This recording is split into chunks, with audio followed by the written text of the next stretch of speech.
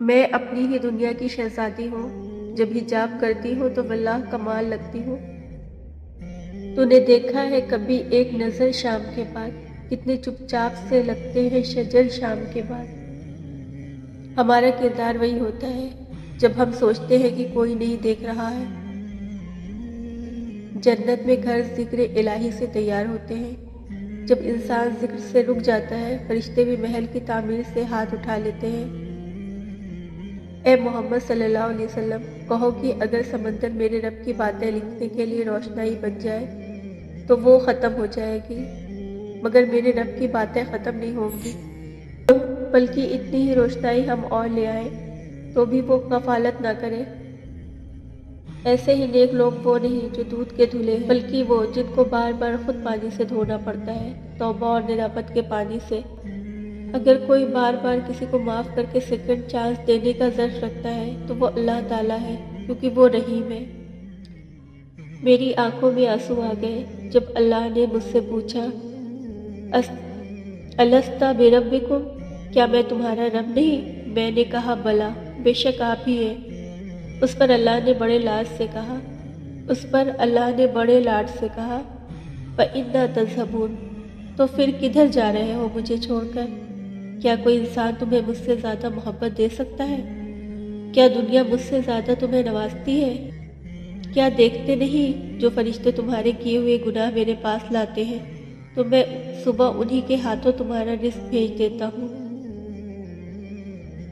لا تحزن ان اللہ معنا، یا رب میں اپنے دل کو تیرے سپرد کرتی ہوں کہ یہ کمزور بہت ہے، مجھے ہر پل بے بس اور مایوس کرتا ہے، بس تو مجھے مایوسی کے اندھیرے سے نکال دے۔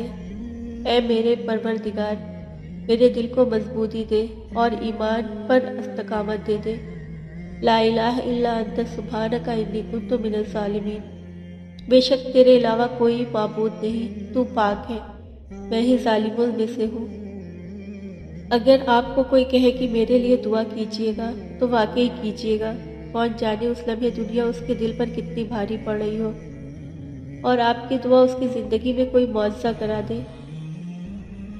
اور پھر جب آپ کا رب آپ کو دنیا کے کروڑوں لوگوں میں سے اپنے لیے چن کر آپ پر فرض بنتا ہے کہ ساری دنیا کو چھوڑ کر اس کی طرف دوڑے، اس کے ہو جائیں اور اپنے رب کی محبت کا فرض ادا کریں۔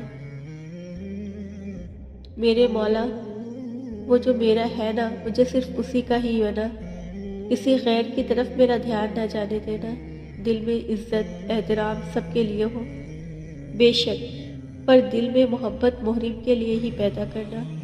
مجھے اپنی تقدیر پر راضی رکھنے کی توفیق عطا فرما، آمین۔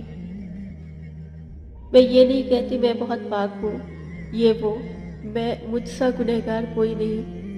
قرآن پڑھ کر دل کو سکون ملتا ہے، لیکن ایک آیت ایسی ہے جس سے ڈر لگتا ہے، خوف آتا ہے اور اس کے آگے کچھ سمجھ نہیں آتا۔ وہ ہے پاک مردوں کے لیے پاک عورتیں ہیں۔ لوگ اپنا اعتبار ایسے دلاتے ہیں جیسے قیامت آ جائے تب بھی نہیں بدل سکتے، اور کچھ ہی عرصے بعد جب بدل جاتے ہیں مجال ہے شرمندہ ہی ہو جائیں۔ ہمیشہ اپنے نفس کی اصلاح کرتے رہیں، کیونکہ جو اپنے نفس کی اصلاح میں مشغول ہو جاتا ہے وہ لوگوں کے عیب سے بے نیاز ہو جاتا ہے۔ حقیقی پاک دامن وہی ہے جس کے پاس گناہ کے لیے وسائل اور موقع بھی ہو اور پھر بھی وہ گناہ نہ کرے۔ خیر کے دروازے کھلے ہوئے ہیں، اللہ تعالیٰ کسی بھی ایسے شخص کو اجر ضائع نہیں کرتا جو اچھے انداز سے عمل کرے۔ نیکیوں کے لیے کسی وقت اور جگہ کی قید نہیں ہے۔ اگر آپ کی قمیض میں پیوند لگا ہو تو آپ غریب ہیں، لیکن اگر آپ کی جنس گھٹنوں سے پھٹی ہو تو امیر۔ آپ کو خراب اردو آتی ہے تو آپ تعلیم یافتہ ہیں، مگر خراب انگلش آتی ہے تو جاہل۔